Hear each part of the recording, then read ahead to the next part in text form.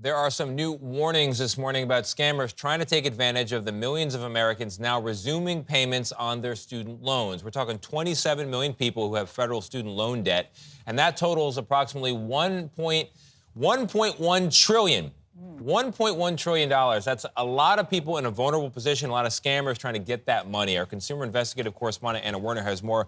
Anna, good morning to you. Good morning. And you will not be surprised to hear that government agencies and nonprofit groups say the scammers have been reaching out to people through robocalls, online ads, emails, even snail mail. They often ask for fees to provide a bogus service or try to get your personal information. Surprise. Here's what some of those robocalls sound like.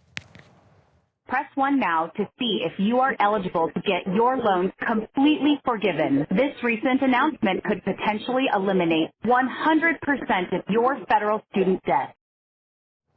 So many of these scammers offer to help borrowers avoid repayment, to lower their payments, get the loans forgiven. Some scammers provide some legitimate information. Then they claim they'll do the paperwork for you for a price, of course. So you really have to be paying attention. I think a lot of people get caught because somebody calls and they just aren't quite listening. Well, they also say completely forgiven. People want the, either you don't have the money or you're just looking to save some money. That's everybody, right? And so you're susceptible. You want to hear them out, and then you feel like, oh, this is an easy, cheap path. So what are the warning signs? Because you want to walk down it, that you're walking down a bad path. Right. Okay. So if they're trying to get your personal information, first of all, they ask for your federal student aid loan ID. You want to watch out for that. Don't give out personal information. They might say they're with the Department of Education.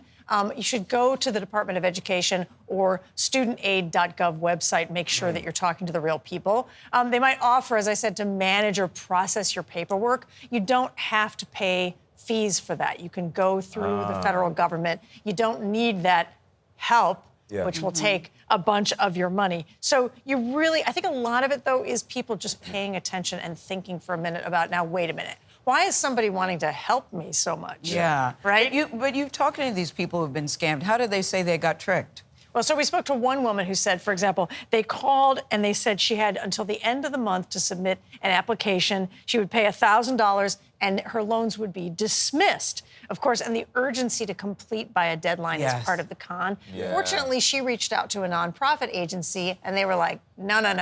It's a scam. Don't do it. Well, my mama said, and I'm pretty sure we all heard this, if it sounds too good to be true, it probably is. Yeah. So. Your mama sounds like my mama. Anna, thank you so much. This is valuable information.